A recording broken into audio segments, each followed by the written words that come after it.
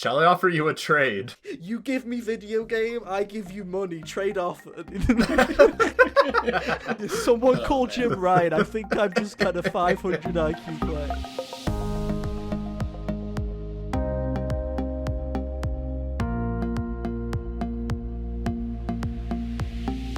Hey, how's it going, everybody? Welcome back to episode 59 of the HGO podcast. I'm your host, Bucky Barnes, and with me is the boys, Hunter and Kyle. Hey, guys, how you doing?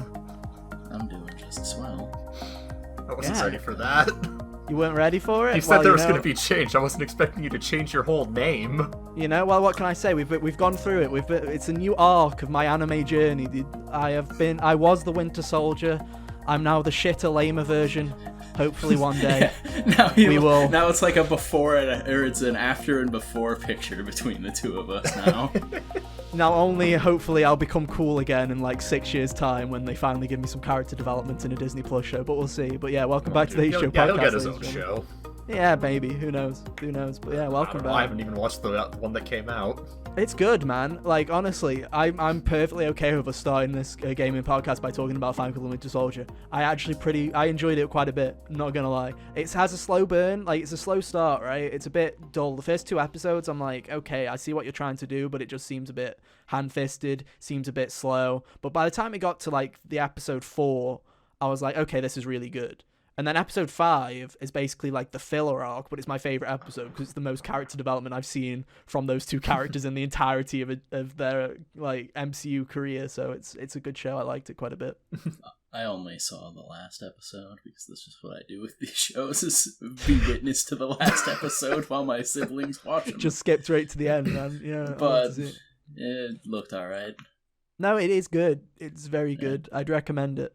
I mean, you know me. I'm just bad at getting into watching shows, and I'm sure once I actually start watching it, I'll finish it in one sitting. But yeah, I mean, I'm also terrible. I'm also terrible, but it's just this. I'm like, ever since I was a kid, right? It came out in 2008. I was 10 years old when Iron Man came out. I've watched every one of them in the cinema.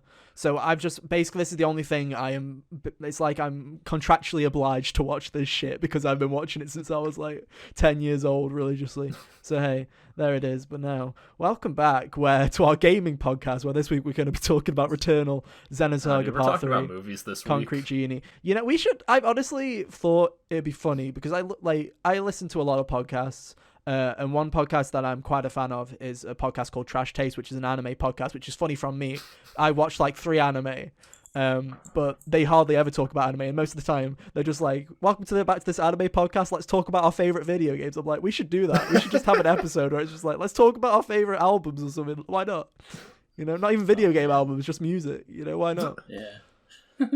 But no, we are trying something different this week. So whether you're listening on audio or you're watching the video right now, welcome on in. No spiels, no nothing like that. We're just going to get straight into it. So I think we're going to start with Returnal, because why not? I feel like this is the big topic, right? Returnal's the big game.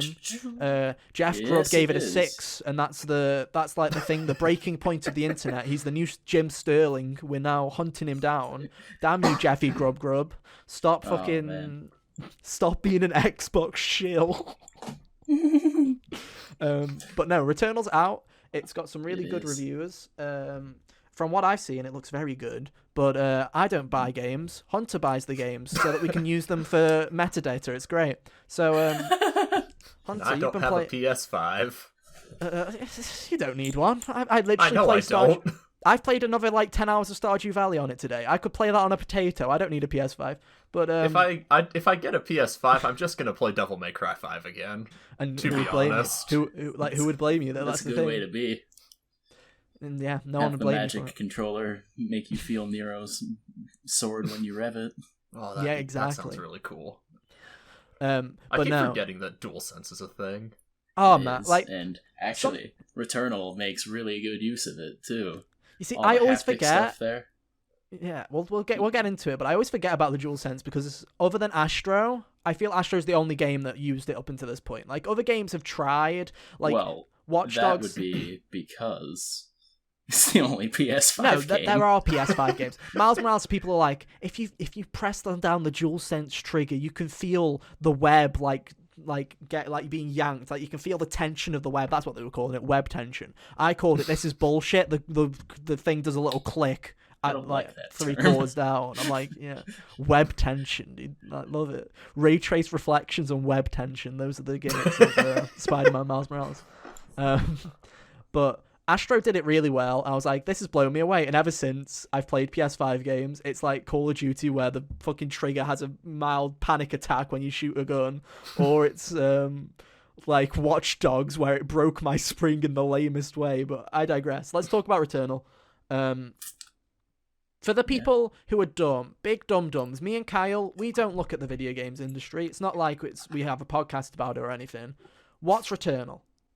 Alright, Returnal is a third-person roguelike, high-octane action shooter made by Housemarque, most famous for their arcade twin-stick shooters of various...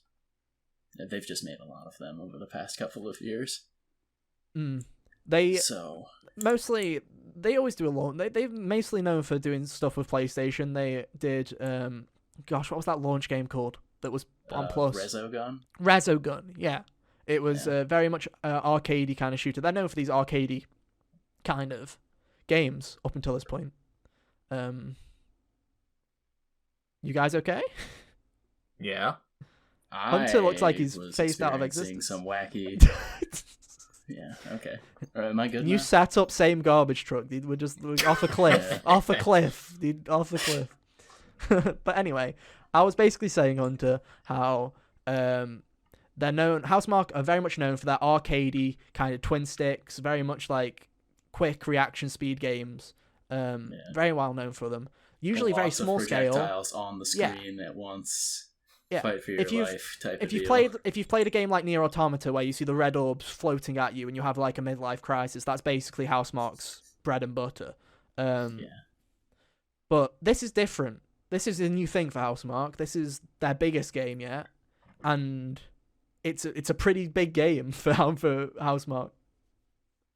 Yeah, so the cool thing about it is they got like extra budget or whatever it would seem, and it still manages to maintain the spirit of those old games because it's still a very high octane action type of thing. There's still a bunch of projectiles coming at you all the time, and it's still mostly just do or die shoot things, but with like the roguelike structure and all that and higher production value. It's really nice.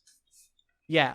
Because I think everyone's big question is, and we'll get into it in a bit, I'll ask the dreaded question that I think everybody who has done any sort of analysis, review, critique of this game of the, is it worth $70? We'll get into that near the end once you've had enough to talk about it.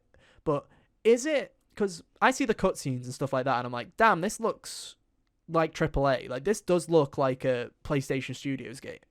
Does it hold to that throughout the entire experience? When it gets to the gameplay, does it actually feel like, oh, this isn't like an arcadey like indie thing, this does feel like a big budget thing? Because it looks like it feels as quick paced. Yeah, it feels like on par with Doom Eternal or Devil May Cry's kind of action production in that regard. So AAA, at least as far as the production value, even if the studio is more of an indie team. Which is cool. I like that they get to do this.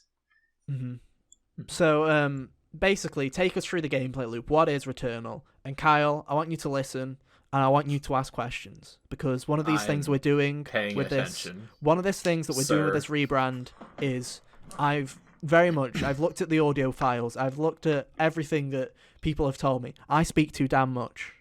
So, we're boosting you two up. You two are now like the stars of the show, and I'm just the fucking idiot that's like the monkey in the background pressing the buttons. So, write notes, Kyle. Get into it, Hunter. What is this damn video game? I don't have paper. We went over this before we started.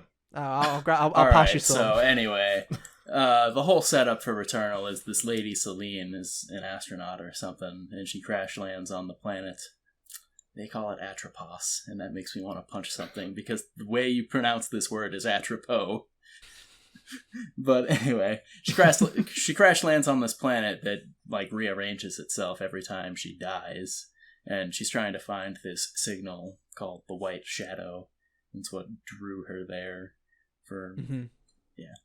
So you're trying to like move through this area and all the hostile like fauna and whatever is trying to kill you. And so far, I've only got up to the first boss. I haven't cleared the first area yet, so as far as setup, it's basically just try and traverse this planet that keeps rearranging itself, die, rinse and repeat. When you go back to the ship, there's like extra... Yeah, you start back at your crash site every time you die. And there's like extra things you can check out. Like you can go to sleep and you can get like these weird dreams. An astronaut showed up. She relived to the crash, and an astronaut was like hanging out there during one of the cutscenes. It was interesting. And aside from that, there's a lot of like while you're out doing your like dungeon run, there's a lot of scanning and reading and stuff for if you want to try to take in more of the world. So I've been doing that, here and there. I haven't been like obsessively reading everything yet, but I've been looking at the important things like the weird alien language. There's ciphers that help you understand it. So every time I decrypt one of those, I go and check out one of the logs I got with them that I couldn't understand yet to see if there's more info there. Yeah.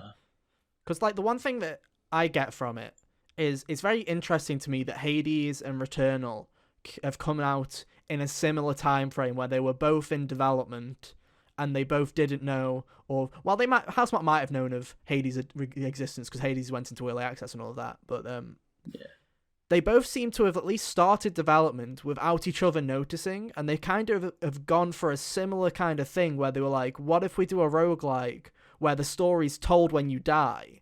And I'm like, that's interesting that people have kind of... And it's to Hades, it's more of a Hades thing. So far from what I've seen early previews of Returnal, it's bits and pieces when you die, not as much as Hades, at least so far. Yeah, I'm certainly going back into the dungeon a lot quicker when I'm playing Returnal than I was with Hades, where I'd spend like 20 minutes just hanging out in the House of Hades there, talking to everyone. Celine is very much alone, and you only got a couple of things to do, but it's still like a decent drip feed. But it is interesting that they both kind of have gone for that same kind of idea of roguelike where stories told when you die. Because there's a bunch of like Greek themed terminology in this game too. Like Atropos is the sister of fate that snips the threads, and there's the currency is called Obolite, which Obol is the coins you would give Charon to pass into the underworld. So it just cracked me up that this was here. I'm like, oh man, another Greek roguelike, yay. Nice. So how does Returnal compare to other roguelikes like Hades? Well, Hades being the only roguelike I've actually played extensively. This one also is probably going to get me to play all the way through. So I feel like I'm doing really well for myself every attempt I've made. Like I've only died like 4 or 5 times and made it to the first boss. That's pretty decent. It's better than when I was trying to play Rogue Legacy and just kind of, stumbled around until I died and never made any progress in that game. Because like let's set the scene, right? If you've not played Hades before, or you don't know what Hades is. Hades' whole gimmick is kind of build. You create a build is essentially what you do. There are a bunch of different weapons.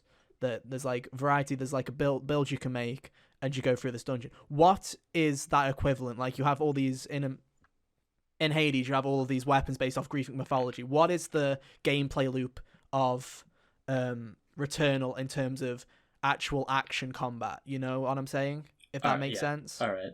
So with Hades, you could select your weapons at the beginning, and the things that would change throughout your run were these boons you would get from the gods that modified the things that you could do. With Returnal, the weapons themselves, every time you start, it'll always be with just your basic pistol, and you can only hold one weapon at a time. The nice thing about this, though, is it's not an issue with ammo because the ammo regens. So okay, cool. That's good. Good feature. Each of the weapons, I've come across like 3 or 4 types. So far, I've come across like a pistol, an assault rifle, and a shotgun. Sorry. Weird noise on our end. It was my text message. I guess I forgot to mute my phone. That's like the most unique text message thing ever, man. It's the frog from Metal Gear Solid 3, for those who are aware of the little frog statues that you can find in that game and shoot. That's the noise they make. Nice. But anyway, so Returnal has I imagine there's more weapon types than just the three I've come across, but I've come across a pistol, a shotgun, and an assault rifle. And each of them seem to have they scale the more you use them. So after shooting so many things and killing so many things and picking up items that increase your weapon proficiency, that'll upgrade, and suddenly your attacks will do more damage, or you'll shoot faster, or that kind of thing. So it's a matter of which weapon you think will be more beneficial for what you're doing at the time. Because another key difference from Hades that this game has is that Hades, each room was a one and done thing. You'd do the room and you'd move on and you couldn't go back. Returnal, you are traversing a whole map. You can go back and forth. So that's nice because there's health drops and stuff there. And despite people saying this game is really difficult, they're pretty generous with these health drops. So, so if there's a large one and you're only you've only been scratched in this last fight that you had, maybe leave that there for when you're on your last legs towards the end of your attempt here. Go back and get it. Type of deal. You mentioned about Hades, you mentioned the whole boon system, right? Where you essentially get traits, you get upgrades in that kind of sense. Returnal has something similar. I don't know if you've encountered them yet. There's the little weird alien kind of little parasites. Yeah, I've encountered a couple of those. Do you want to explain how those are different? Because those are really interesting to me. Because basically what I've read up on from reviews and from hearing other people's impressions were they're essentially upgrades, but they also, even though they benefit you, they also give you a drawback. It's kind of like a yin and yang, where you could get a really cool upgrade, but it could also bite you in the arse at the same time, and you could have something that's also tragic. So do you want to go into that a little bit? Yeah, I've come across a few of these so far, only 2 or 3. One I had, I think it was Obolite drops more on killing, but the next malfunction you have, which I'll get into that in a minute, I guess, will be more severe, or something like that. And I can't remember what the other ones did necessarily, but there's a good balance there because it's okay, so this can be helpful, and I can accept this drawback if I just make sure not to do something else. Is how it goes. Or I could just be nah, I don't want to do that one because it's too key to my playstyle. Kind of thing. So I don't think they're as crucial to your success as maybe the boons in Hades are, but they are still interesting for sure. And no, definitely. The more I move on, it'll be interesting to see, because I do believe they can stack as well. And another cool thing is that if you get one and you don't want it anymore, there are items throughout the game, or there's an item you can find that will remove them if you decide that you made a mistake. Nice. One thing I came across on my last run before I ended up dying was this. I think I figured out the way that they're gonna have you permanently upgrade yourself. Essentially, I found what was called a data cube, and it was if you find the item that corresponds with this, it'll permanently upgrade your thing. So it was I can't remember what it did exactly.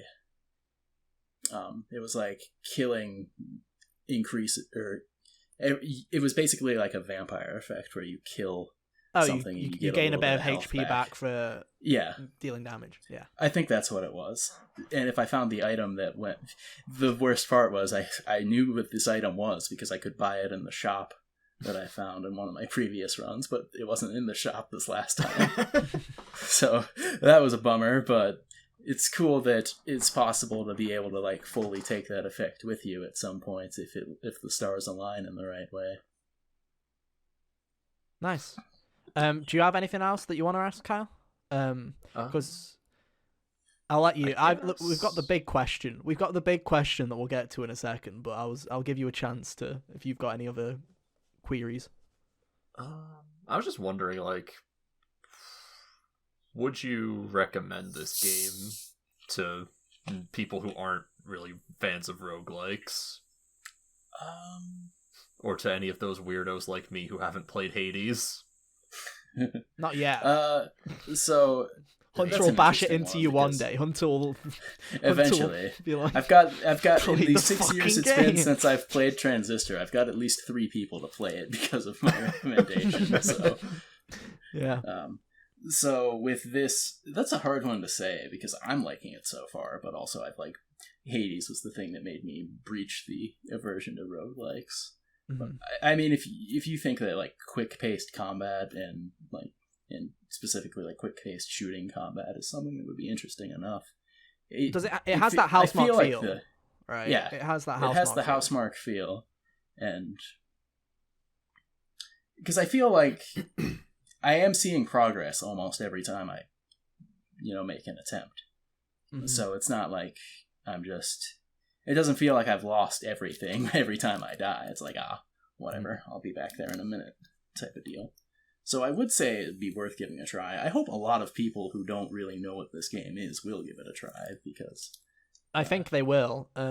Yeah, I think so too, because third-person shooters are almost as mainstream as you can get. So even if True, plus there's this whole thing of there's like 8 million people that have one of these rare commodities that is a PS5. I don't know why I just shook my whole monitor there. Earthquake? No. But so many people have these PS5s and they want to play a game, and this is like the first... I'm not saying it's the first truly next-gen experience. That isn't Demon's Souls, which is a remake already, right? I have 2 more questions. One of them... I mentioned at the start, we're going to get to the whole price question. The final question that I have to ask about you is DualSense. Yeah. Let's talk about it. What it do? Games journalist Kyle says, what it do? Let's go with it. I never claimed to be a games journalist. I'm claiming it is. That's a games journalist statement right there, dude. I just come in here once a week and talk shit for an hour. Isn't that what games journalists do? Honestly, I don't know. Though. Usually they talk a lot of more shit than I say. Hey, I think that was a very... What it do, dude? What it do anyway? Sometimes so the what they say is true. The way that they implemented that stuff is really cool so far. Like, it's fun because for the past 4 months or however long I've had this machine, outside of Astrobot, the only thing I've pretty much just been playing PS4 games. So it's been fun adjusting to the idea that, just because my controller is vibrating doesn't mean something important is nearby. Yeah. Because, Atropo is a rainy place, and there's, you can feel, the pitter-patter of the rain in the controller. So I've been waiting for someone to do it, because Astrobot did it a tiny bit, and I was like, oh, this is cool, but I can't wait for someone to properly do it. And I saw a clip on it. I'm glad you mentioned the rain, because I saw a clip on Twitter where someone with an early copy was like, if you want to hear what the vibrations sound like, here it is. And it is genuinely, they put the controller on their wooden desk, and you could just the vibrations, the game was muted, and it genuinely sounded like rain falling on a roof, just landing on a roof, and it sounded like, and I'm like, that's the crazy shit that I love from the DualSense, and that's why it's a nice. That to me is why that controller's special, because you could literally just, it sounds like it, never mind feels like it, the vibrations are that close. Motorbike on our end. But yeah. Hunter's getting all the noises today. All of them, dude. All of them. Frogs and motorbikes. But yeah, I kind of cut you off about DualSense. I just the rain thing was really cool to me when I saw that on Twitter. Yeah, the rain thing is really cool. It's a nice detail. It has other things of a similar nature. There's these teleporter machines that will take you from place to place. That way you don't have to run across the map when you get the key to another area. When you step on them, their little weird sci-fi effect will vibrate. So that's cool. It's a trigger. It's got the resistive trigger thing. Am I back? I saw. Yeah, you're back. You're good. My screen flashed and turned green for a second. Oh, that's not good. Don't want to lose the footage. It's distracting.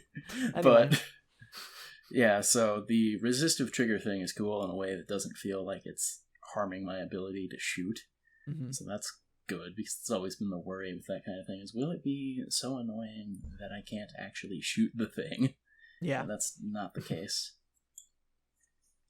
But no, One question I have about the DualSense as a whole, go for it. for the PS5, is there a way to turn it off, or do you just have to live with it? Yes. You can turn it off. Yes, you can turn it off. You can turn there's an accessibility options menu in the system settings where you can tweak everything, which is really good. Not only can you turn it off, you can tweak how resistive the triggers are. So if you don't want them to be as high resistance, say you want to experience some adaptive triggers, but you have a impairment that stops you from being able to fully mess with it, you can turn it to low, or you can turn it completely off. You can turn the haptic feedback off completely. There's plenty of things that you can do. The mute button turns the mic off, all that kind of shenanigans. But yeah, that's all a thing.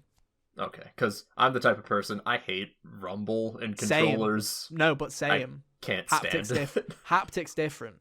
Like I remember when all the previews were coming out on the PS5 and everyone was like, nah, haptic feedback, it's not HD rumble. This is like an actual cool feature.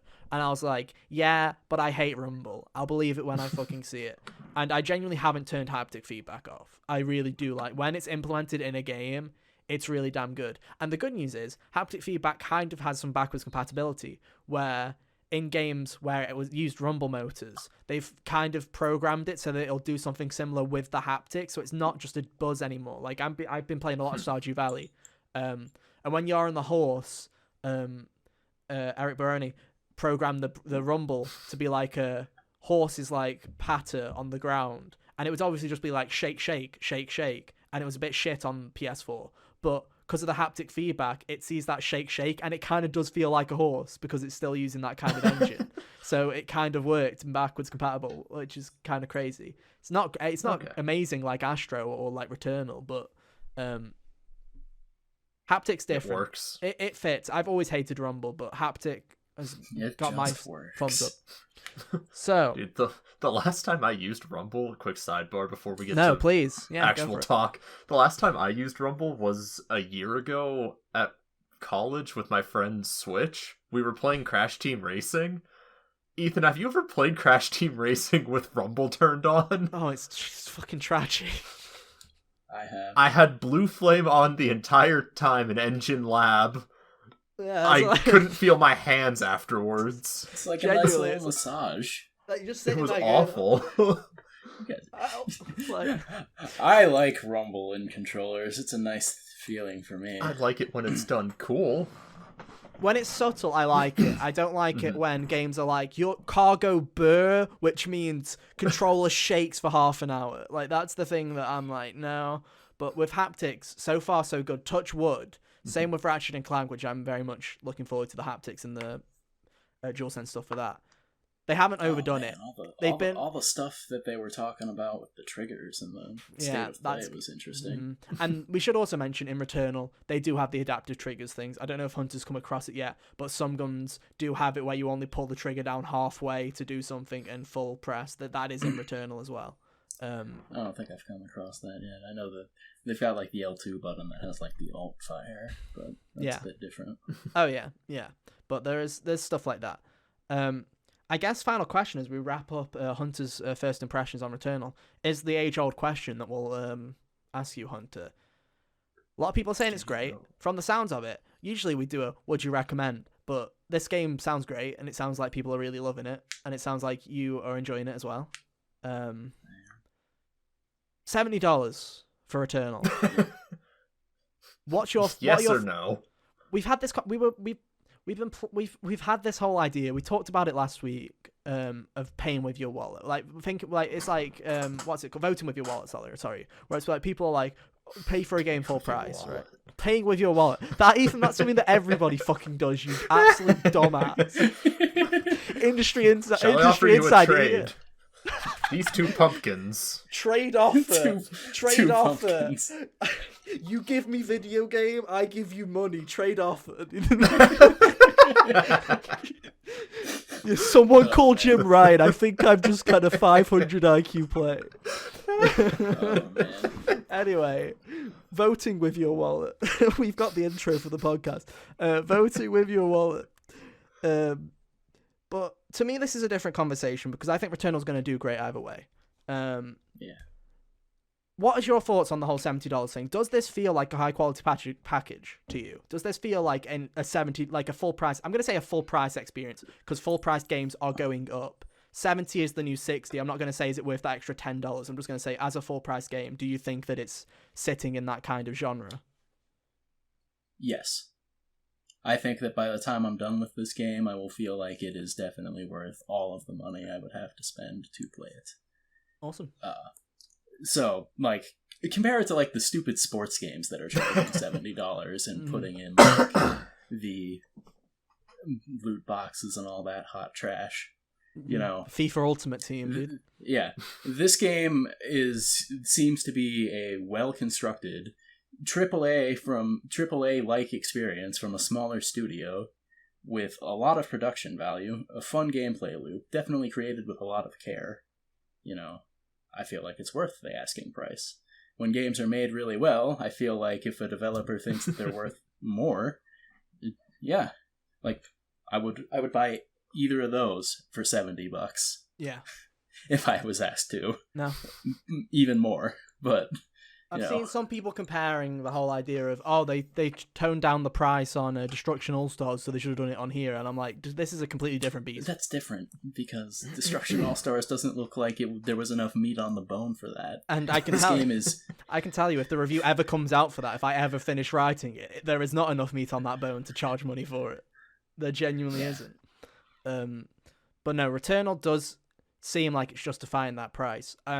I saw someone, I don't remember who it is. If you know who it is, let me know in the comments or whatever if you remember, so I can heart it or pin it or something but someone said that it's like, doesn't matter that the game's $70, it's the fact that they've put enough effort in for me to think that it's worth it. It's like, if they put that quality, it's the quality of the game, not the length of it, not what kind of game it is. It's the quality of, and it's like, someone said that this is the kind of game that justifies the $70 price point because it's worth, to me it's been worth it, and I'm like, that's the whole idea of it, right? It's like some people might see Ratchet and Clank as, it's a kid's platformer, why the fuck are they charging $70?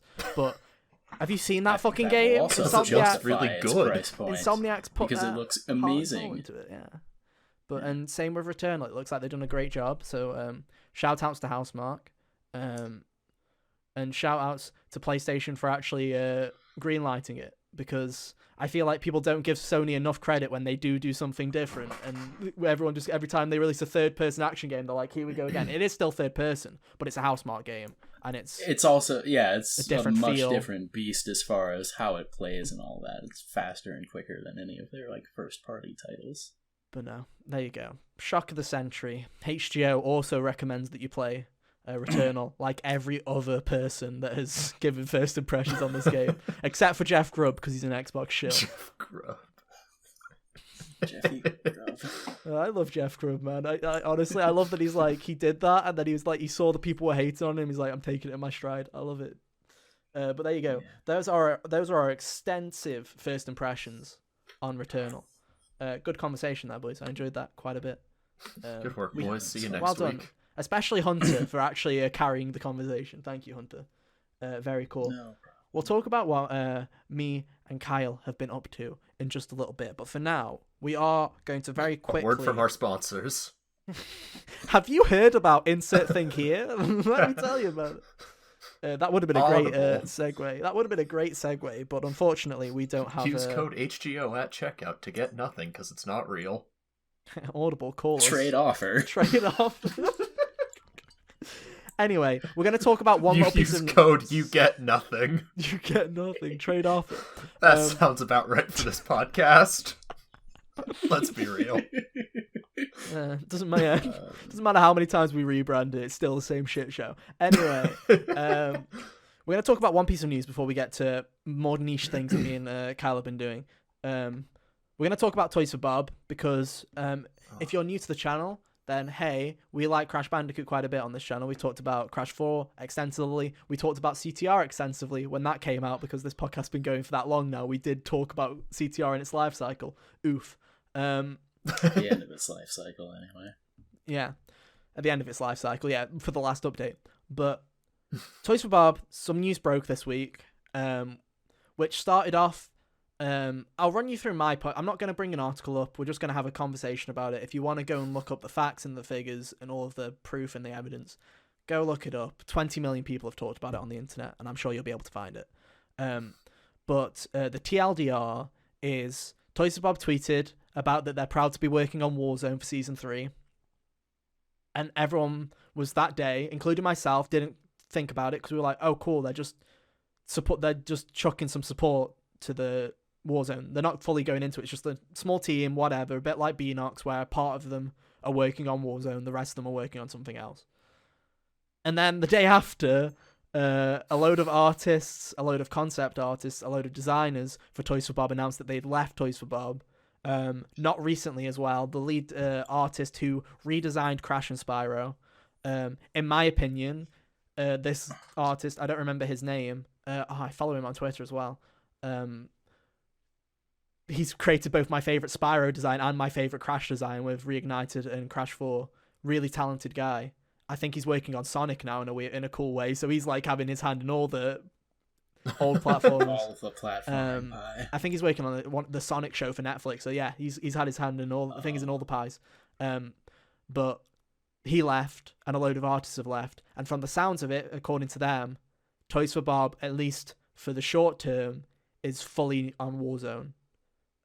This is after Vicarious Visions has left. Well, not left. They have been pushed to work with Blizzard, which everyone's saying, but they're still making remasters. But they've basically lost their identity to just become Blizzard's remaster studio. And it gauges this question of what now? We've lost Toys for Bob.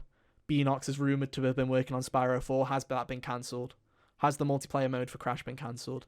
It's been a bit of a worrying day. Like, I didn't tweet it, but I posted it on our Discord. I wish I tweeted it. Is like, pour one out for fucking Canadian guy, the YouTuber who literally covers just Crash and Spyro, because this might be a shot in the chest to that community. But I'm going to throw it to you guys, because there were some really talented people at Toys for Bob, and I'm a bit fucking gutted, to be honest.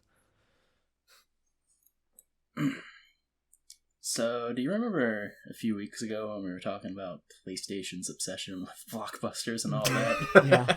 This feels like the furthest extreme of that, where where Activision literally just has all their studios working on the same franchise.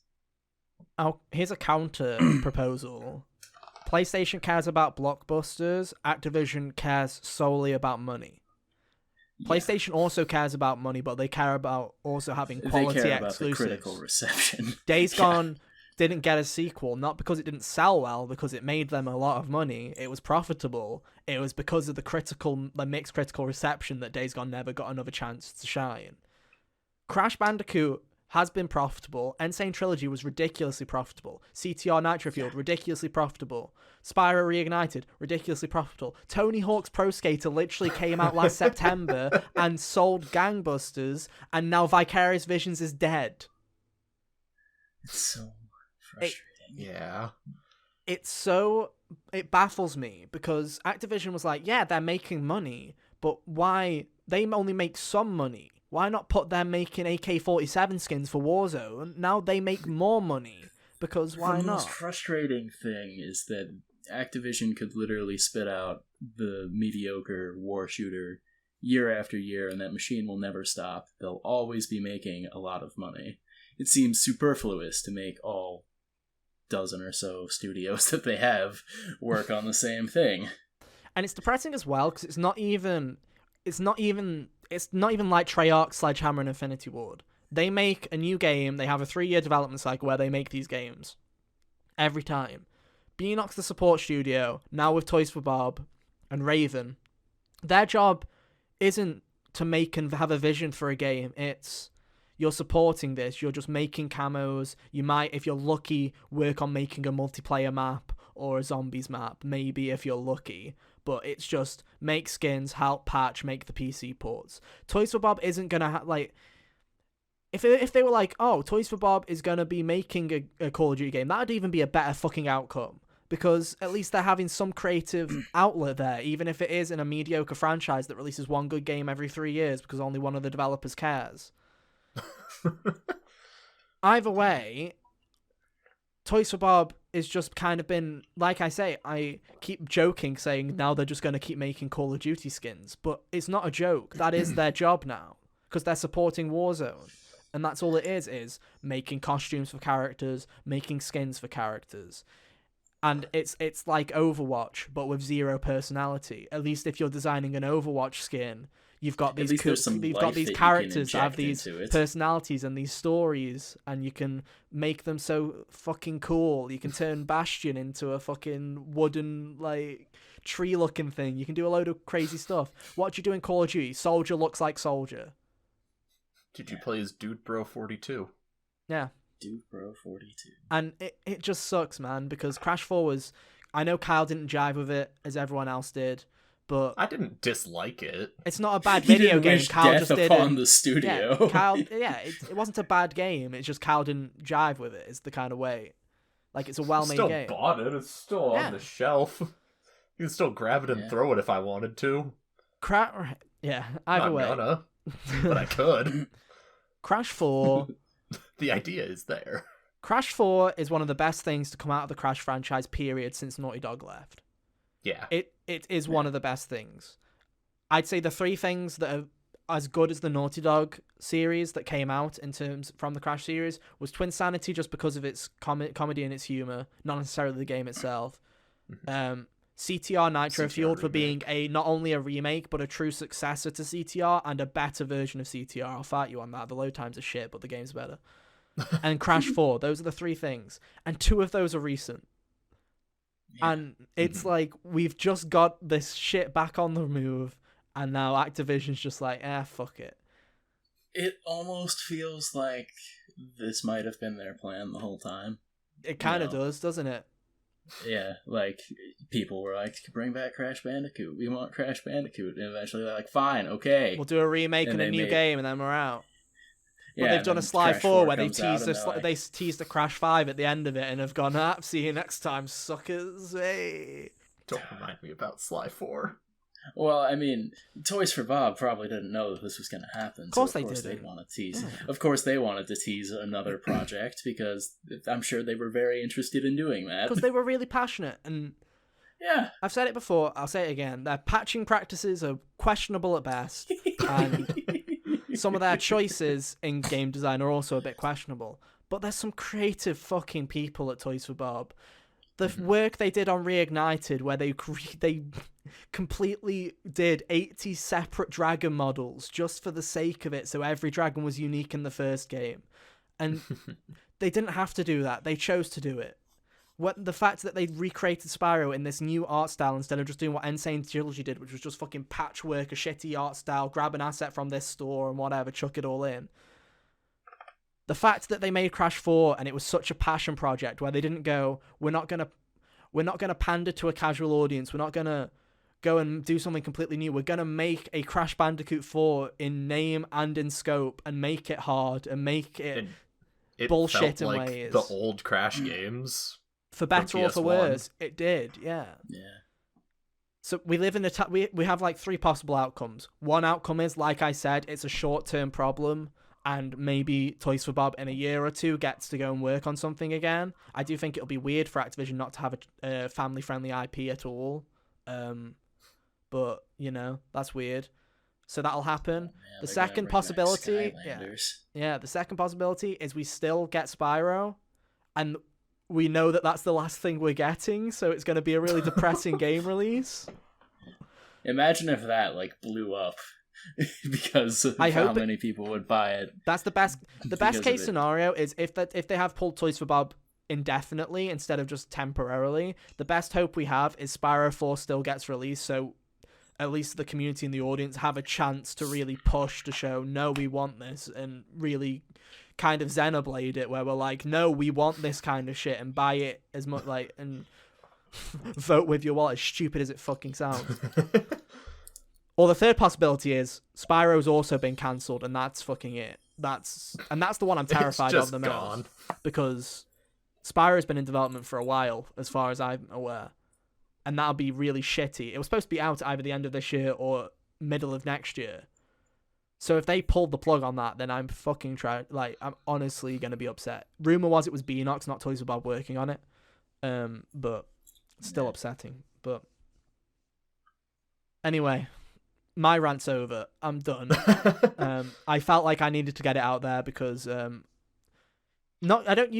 like, oh, that sucks, or I'm like, oh, that's bad, boo-hoo, like, oh, games industry is game industry, right? But this one kind of hit because Toys for Bob's just a creative fucking team, and as much as I shit on them for doing stupid stuff with the PS5 version and stuff like that, really creative team. And I wouldn't even be mad if they just went, Toys for Bob's making something new and they're giving up Crash. I wouldn't even be upset. It's the fact that they've just been like, into the Call of Duty machine you go. Literally, I saw someone post a meme of like Activision shoving Toys for Bob into a coal mine, and then fucking you just got like Treyarch and Infinity Ward and everyone else going first time, huh? And it's just like everyone's just fucking grinding away, and that's what it is now, and it's just really depressing. But I hope everyone that left Toys for Bob finds something cool, works on something awesome, because there's a lot of talented people that left. Mm-hmm. But no, I felt like I had to talk about it. Sorry if that came off as just bitching into the internet for 10 minutes, but I felt like I really needed to do it because shit fucking sucks, man. Shit fucking sucks. Anyway, Kyle, you finally finished Xenosaga. You've done it. Let's talk about it. I finished the Xenosaga. Congratulations. All 3 episodes. Mm-hmm. So, coming off the heels of episode 2, I was very disappointed, let down, sad by what the game was, gameplay-wise. As a story, it was great. Mm-hmm. Touched on a lot of my favorite parts of one of my favorite characters. Really fleshed out, gave him the whole story arc. But gameplay-wise, it was trash, and I would have liked it better if I just watched the cutscenes. So going into episode 3, I was, like, apprehensive at best. Those fears quickly went away. The production values definitely came back after what felt like a huge drop after episode 2. Gameplay's been simplified to no end. It's no longer that complex break, launch, topple system, or whatever bollocks was happening in episode 2. I don't know, I didn't pay attention to it. I turned on cheats. Nice. Because I didn't want to be bothered. Anyways. Episode 3, very simple combat, very easy pick up and play. It's even like the old Gears combat that episode 1 had is just gone. It's just now, here's menus, pick an attack, have fun. It's as simple as an RPG battle system can get. Mm-hmm. Story-wise, this game hit every point I would have needed it to, and more. So often, especially nowadays in media, when you get to the end of a show or a movie or something that's just been going for a long time, it's usually not worth it. Yeah, the endings don't really stick the landing a lot. They usually just kind of fall. How dare you? I tell you, the ending to The Big Bang Theory was worth all 12 seasons, dude. Let me tell you guys. I wouldn't know, but I'm sure it was. Guys. Just like How I Met Your Mother, dude. Just like every TV show ever made, you know? They love fucking it up at the last moment. Love Lost, by the way. Great show. Love Lost. Anyway, carry on. Xenosaga. This story, it hit every point I could have asked it to hit. It finally, after 3 episodes, said, alright, Shion, remember you, our main character, our leading lady? You want some fucking character development? Here's a whole game for you. All of this development is for you. And it goes into basically everything about her, why she's so, like what caused her childhood trauma, and how she basically ended up living with that trauma and coping with it as she got older. And it went into so many of her relationships with her brother Jin, her co-workers. It goes into why she's so like stubborn and headstrong as who she is, and why she kind of gravitated towards Cosmos, even though like Cosmos, the robot that her dead boyfriend built to kind of be the protector of the world. It's a lot to take in. I'm gonna start writing notes. Yeah. So dead robot, no robot from dead boyfriend. Okay. I'm trying to like. Mm-hmm. It's so hard to talk about this because it's the third part, and I've tried to keep spoilers as low as possible. Yeah. But will this be on the test? Yes, okay. It's really just something you need to play for yourself. You need to just experience it some way. You know, I've heard part 3 is super cheap, dude. I've heard it's super cheap. Yeah, it's super cheap. They're basically giving them away, right? Oh, yeah, they are. Please note sarcasm. But, also... Trade offer. 1 human soul, you get Xenoblades, or Xenosaga 3. I'd do it. Okay. No, quickly doubling back to production values. No, voice acting super improved for a 2006 PS2 game. It looks and sounds amazing. They have a lot of notable voice actors in the cast now. There's this group of four side villains, voice acted by Yuri Lowenthal, Lex Lang, the Crystals, DC Douglas, and Crispin Freeman. And I'm like, oh my god, that is an all-star villain cast. They're so great. DC Douglas is Albert Wesker, yeah. Crispin Freeman is... Yeah, I know who they are. I just don't have an impression for them, you know, like... to be fair, my Yuri Lowenthal impression isn't an impression of Yuri Lowenthal. It's the fact that he's Spider... Right.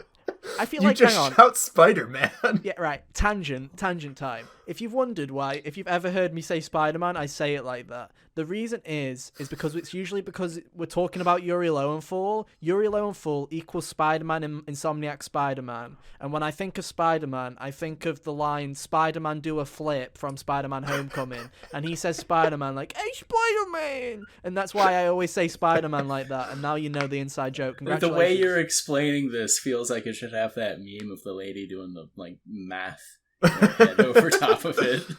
just like the numbers going in front of me. Yeah, exactly. Yeah. But no, there you go. Now you're inside. Now, congratulations, you made it 52 minutes into the video, so now you get an inside joke. You get to understand an inside joke. Anyway, you finally understand how Ethan's brain works. Yeah, congratulations. What a privilege.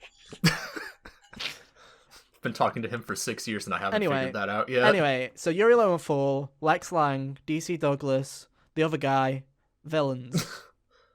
Yeah, they're all fucking great. I love this game. Like, I feel like I'm just talking in circles right now, but I'm still processing the ending. Like, I beat this game fucking 6 hours ago, 5-6 hours ago, and like, it's so good. You're doing the JRPG depression, dude. You're doing the JRPG depression where you finished a game and then you just lie in bed going like just fucking like you just like vegged out. You just like you're like, I'll never like another game this much again. I probably won't. What is life, dude? The fact that Monolith Soft was created basically just to make these games by Tetsuya Takahashi. And there were supposed to be 6 games, but production time meant stuff had to get cut. But like, even between episode 2 and 3, there's a whole year. It's a year time gap between the 2 games, and I assumed that was supposed to be a game in between those 2. But what they did instead was there's just a little summary you can read about everything that would have happened in that year between the 2 episodes. And that you can just read if you want to. Nice. And I just, like... So, compared to the 2 Xenoblade games, in your own personal opinion, do you like the Xenosaga more? Those Xeno things, what do you think? What'd it do? What'd it do? It's kind of hard for me to say. I think because they're 2 very different kinds of games. Like 1 and 2 and X keep you in this open world environment that's free for you to explore, whereas the Saga games were all more like enclosed. You're in areas going from point A to point B. There's no big overworld for you to explore. I think, as far as characters and story, I would probably give it to Saga, just because cool. There's more time to flesh out all these characters and all these ideas. Whereas the Xeno games are just, you get one and done, unless you're like Future Connected or Torna, where you get bonus content. And even Torna, it's only a handful of characters you actually get that bonus content for. Right. And Future Connected hardly seemed worth it. I mean, Torna's brilliant. Torna's amazing.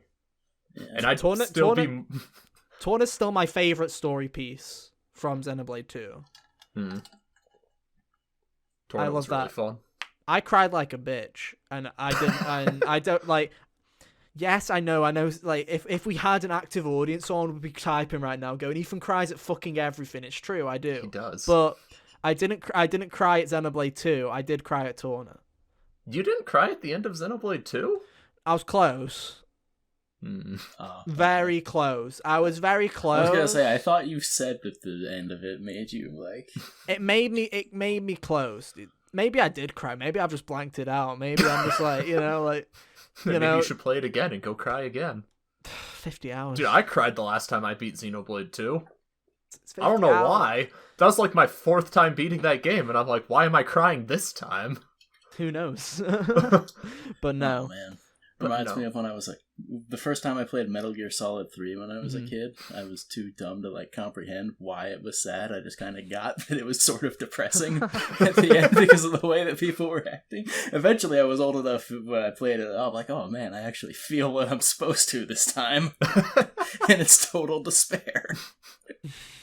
Yeah. That's how I feel about Mother 3. I was a very dumb kid when I learned about Mother 3. And then I played it when I got older, and I'm like, oh, this game's meant to make you feel depressed and empty on the inside. See, I wouldn't know. Localize it, Reggie. Yeah, I'm out here. Terry Crews wants I'm out here with Terry Crews, dude. Just going, yeah. What the fuck? What's a Mother 3, dude? Yeah, do it. Bring it out. Do it. I've never played an Earthbound game. I've never played Earthbound either. It's like, I understand the appeal of it, but it's one of those games. It's a bit like it's a bit like Undertale, which is obviously because Toby Fox took a lot of inspiration from What a thing to say. Mother. You don't say. But it's got water like is that kind. wet. But the wacky kind of like, the wacky kind of enemies and stuff like that always kind of put me off it because I'm like, this just seems random as fuck. But I liked Undertale, so I probably would like Earthbound. It's funny because I know a lot of people who have played it. It's one of the few like old games that I hear about that I'm like, huh, I haven't played that, but I also don't really feel like I need to. Yeah, that's where I am with it Gygas too. Fascinates me, but that's at the very end of the game. Yeah, it's interesting. It's one of those things where I don't know. I don't think I'd ever pick it up unless they actually like did something with it, like they remade it or did something like along those lines. But I've got nothing against it personally. But that's me with all old games. I don't go back. I very rarely go back to older consoles. It's like you guys tell me to pick my 3DS up. I'm like, no, that's stinky. Look at it. It's heavy. I don't like it. But no. So would you recommend by any means necessary playing through this trilogy? Is it worth a 2021 JRPG fan? Is it worth it for them to dive back in and pick these up in any way they can? And I say that with absolute bias and nothing else. Okay. No. I think if you've played the Xenoblade games, you definitely owe it to yourself to play Xenosaga. You can see where a lot of inspiration for Xenoblade came from, to the point where even direct references and like characters in this game, how they directly influence characters in Chronicles 1 and 2. Other than that, if you're just kind of like a casual JRPG fan, I would definitely say give the first game a try. Mm-hmm. It's simple enough to get a grip on, and I think that the story will keep you engaged. I think part 1 is really good as just its own thing, even though the story leaves a lot opened up, but that's because there's sequels, like, and they knew they were getting sequels because they made the games. Mm-hmm. It's like they didn't have to trust Square Enix this time to be like, yeah, what if we didn't give you a sequel? Yeah. But no, I'm Feels glad. bad, I'm man. glad you've enjoyed it, and I'm glad you were able to finish it while you had a week off. This has been a month-long coming, dude. Yeah. Like, Hey. this whole trilogy took me that took up my month of April, basically. Yeah. But no, glad to see it finished. Glad to see you enjoyed it. It was a lot of fun, and I can't wait to continue to think about it in the coming weeks. Awesome. But what about you, Ethan? What's been on your mind lately? Right. What's been on my mind? Right. I've got two things. I played a game this week. I did play a game this week. We'll get to it in a second because I don't really have much to say. So I'm going to go on a tangent for a second. And I just want to say that I've been outed by my parents, right? I was going to show this last week, but I forgot, right? Obviously, if you follow me on Twitter, if you have listened to me on the radio, if you've heard anything, I always talk about wanting to do things, wanting to learn languages, wanting to draw. Drawing's one of them. I have a drawing tablet, which I'm really lazy with because I can't be bothered. And my mum the other day, I don't know why I'm bringing this up, but I think it's a funny story, is I think even my parents have noticed I like Persona a little too much. Because Mum's like, yeah, I got you a gift, and that's never a good sign, guys. That's never a good sign. If your parents say to you, we got you something, you run for the fucking hills, guys. Trust me. Trust me. I would try and find the gamer sign, Kyle. You know the gamer sign. I've shown you the gamer sign before. The socks that say "Don't bother me, I'm gaming." Oh no, have I not shown you like the an actual sign that says "Don't enter." Yeah, this fucking thing that sits in my drawer buried. There you go. I'll let you read that, video listeners, and let me read it for you, beautiful Video audio listeners. listeners. Gaming in progress. Eye contact and small talk is unavailable. This sits in the fucking drawer because I can't bin it. Anyway, moving on. Screams on our end. Hunter, feel free to mute. You can completely mute. Don't you worry. I also realised that because we're recording this differently, I now have to remember and edit to flip my screen. Like, I have to, because I'm parallel because of Discord. So I was like, I couldn't read it while it was there. Anyway, I digress. So, got a present, and my mum was like, because you want to learn how to draw more. So, look at this, guys. I have got the Master Guide to Drawing Anime, ladies and gentlemen. And it was at this point where I was like, I need to stop liking Persona because I've just been outed at this point. And it was funny because it's like, I don't want...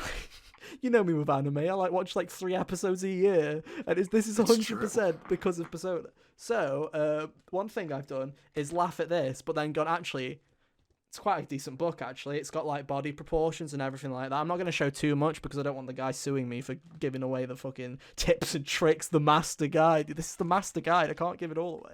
This is what they don't want you to know. They don't want you to know. But no, it's a very interesting book, actually, and I will probably use it at some point. A touch of red, indeed, Hunter. But I just thought it was funny, so I laughed. Are we getting some drawing streams in the future? Who knows? Potentially. This is going to be fun for Hunter, because, Hunter, you better memorize when these noises are happening on your end so that we can take them out of the recording of the Audacity, because that's going to be fun. Around 1 hour, 2 minutes. Thank you. I'm going to really enjoy that. Always, he'll do it. He'll do it. It's fine. This is your job. But there you go. I was outed. There we go. So this week I was outed as a weeb. To sync it up. Yeah, true. Truly tragic. Oh well. I'll do it myself. Maybe next time. But anyway. I digress. What I've actually played this week is I played a game called Concrete Genie that Kyle thinks I made up. Concrete Genie is a game made by a game studio called Pixel Opus, who I don't know if Sony owns. You're not helping your case with the fact that you didn't make Does this up. Sony own Pixel Opus, Hunter? I think they do. Hunter's like, has Hang on. Hunter got a puppy? Hunter's got a puppy, ladies and gentlemen. Get that engagement up. Leave a like if you like puppies. Positive reviews on iTunes. For puppies, only for puppies. You can't even see it on. You can't even hear the puppy. But there you go. So I play Concrete Genie. It's made by a studio called Pixel Opus, and it's a game that PlayStation released. They published it, and it's a platformer. And I saw it. They showed it at E3. They showed it at a load of places. It was one of the only games. It was like in their last E3 before Sony gave up on E3. And I was like, "This is cool. I can't wait to play it." Then it came out, and I was like, "I'll get back to you." And then 3 years after it's come out, 2 years after it's come out, I finally got around to it. And it's essentially a game where if you hated the mechanic in Infamous Second Son, where you turned your controller on the side, gave it a good fucking shake, and that now me doing that is on the internet, so that's gonna be fun. Have fun, guys. Can't wait for the GIFs. Yeah, it's fine. No one will get an hour and 6 minutes in. But That's what you if you can imagine that, it's like that, but good. Basically, the whole idea is it's a platformer. It's a good platformer, but also it like the whole idea is it's like you're a painter, and the idea is this weird like ghostly kind of creature called a genie. Like it's like a genie. It's one of his drawings has tasked you with drawing across the entire abandoned town and bringing it back to life. So you're going around and you're drawing on walls. I mean, you're graffitiing the shit out of it. And you can spend as little or as much time as you want. Yeah, you can create little artworks. You can create little things like that. You can do what I do, which is just piss shit all over the fucking wall and go, "Oh, cool! What a great piece of artwork. Good to go. Move on." Basically, you have lights on the walls that'll light up with the more spray paint you put on. So you're supposed to like make like a nice little scene, like, oh, I'll make a forest with a campfire and stuff like that. I'll just like grass, done, move. Grass. So that's part of it. The other part of it, it's partly creating these genies where again you draw them and you bring like these little imaginary friends to life that help you in the world. These imagination. You effectively draw them, and there's a fire one, there's an electric type, there's like a wind one where they interact with the world and use them to solve very basic, very easy puzzles. And the final one is there's like a stealth action kind of part to the platforming because there's a group of bullies that are going to beat the living crap out of you. Because at the end of the day, it's a story about bullying. Is effectively what it is. And it's really good. I liked it quite a bit. It's a bit on the nose. Where the bullies are your stereotypical American high school bullies, where they're like, "Oh, we're just twats for twats' sake," and then they just start ripping. Like he has an art book. Basically, this kid's pretty alone. He's pretty introverted. He doesn't really have any friends, so he draws a load of. He basically draws a load of characters in his book that he calls genies, right? And the bullies will like come up to him and start ripping all the pages and throwing them away, and they're collectibles in the game. You basically go and collect all of his drawings again. Which are stencils which are used to paint on the wall. But it's very much they have like those dickhead bullies that are just going around going, "You piece of shit, beat the fuck out of you, steal your book, rip the pages out, lol." And then they try and pull the thing of bullies are people that are just had shit hands, you know. A lot of bullies have like got terrible parents or have had terrible things happen to them that have made them that way, and I'm like, that's fair play, but they were bastards, so I'm not gonna forgive them. And the game's like, the end message of the game is, at the end of the day, let's all be friends. Let's even people have had hard times. Let's forgive them. You ripped my fucking book in half and kicked me in the balls. I'm not gonna fucking be friends with you by the end of this video. I don't care. But no, it's a story about bullying. There's a cool little twist halfway through. Which I didn't see coming, and it was I was like, oh, we're doing this, that's cool. But it's a cool little game. You can beat it. I beat it in 4 hours, 5 hours, so it's very short. I did it all in one session, but very good game, and it was free on Plus a couple of months ago. So if you had Plus and you picked up Concrete Genie, it was the same month as Control. So if you got Control, you probably have this too. I'd recommend you check it out because it was very interesting. It's good at what it does. It's a bit clunky. I think it's a bit long. I think it outstays its welcome a tiny bit. And like I say, some of the plot points are a bit hand-fisted, but the art style's wonderful. The whole idea of creating these genies and making these weird creatures that you can make look like whatever you want, it's pretty cool. The whole motion controls thing isn't terrible for once, which is nice. Oh man, it's nice when they're actually. They have the option to just use the right analog stick to paint instead of the motion controls, but I kept the motion controls on because they just felt right. And I hardly had to press the reset button either, so they just kind of worked. So thumbs up for that. But no, I'd recommend it, especially if you got it for free or if you can get it for cheap. Concrete Genie is a nice little platformer that maybe if you're someone that doesn't have much free time and you're like, I want to play a game in like a night or two and have it done like I did, then I recommend it. It's good. Very good indeed. But there you go. That's all I've got to say on it. Like I say. Yeah, it looked cool enough. Like, I got it on Plus, and I'll play it eventually. It was kind of not super high on the priority list. Mm-hmm. It wasn't high on mine either. It's just the games I have left are big games, and I'm like, I'm not feeling a big game right now. Like, I was very tempted. Don't tell Sam this. I was very tempted earlier in the week to start Yakuza. I was very close, but I'm like, I can't. And I probably will this week, but, you know. Dude, I feel that. It's just like, you look at it and you're just like, ugh. Because that's the thing is with Yakuza is I get excited. I just think karaoke, dude, here we fucking go. I'm spending 60 hours in the karaoke minigame. Fuck yes. But then I'm like, oh, but there's this shitty part called gameplay that's over here that I have to like, do. Wait, there's a game in between this. Yeah, I'm like, boo. I have to play how many hours of Persona 5 Royal to get to the Tycoon? It wasn't that many. It was like after first dungeon, wasn't it? But I didn't know Tycoon was a thing. I liked the game anyway. But no. Yada yada. Play dude. Concrete Genie if you got it for free. Or if it's cheap. Why not? I really get that feeling, because now the next game on my list is Horizon Zero Dawn. Mm. And it's not that, like, honestly, if you main path it, it's not that long. It's not that. It'd be like 15, 20 hours. You could main path it relatively briskly. It gets longer if you do everything, but, you know. Just don't do a Sam. Don't do what Sam did. I'm just where intimidated by games like that. Oh, and for good reason. But I feel like Horizon is a good open world. You walk up to that game and you tell it, I'm gonna beat you.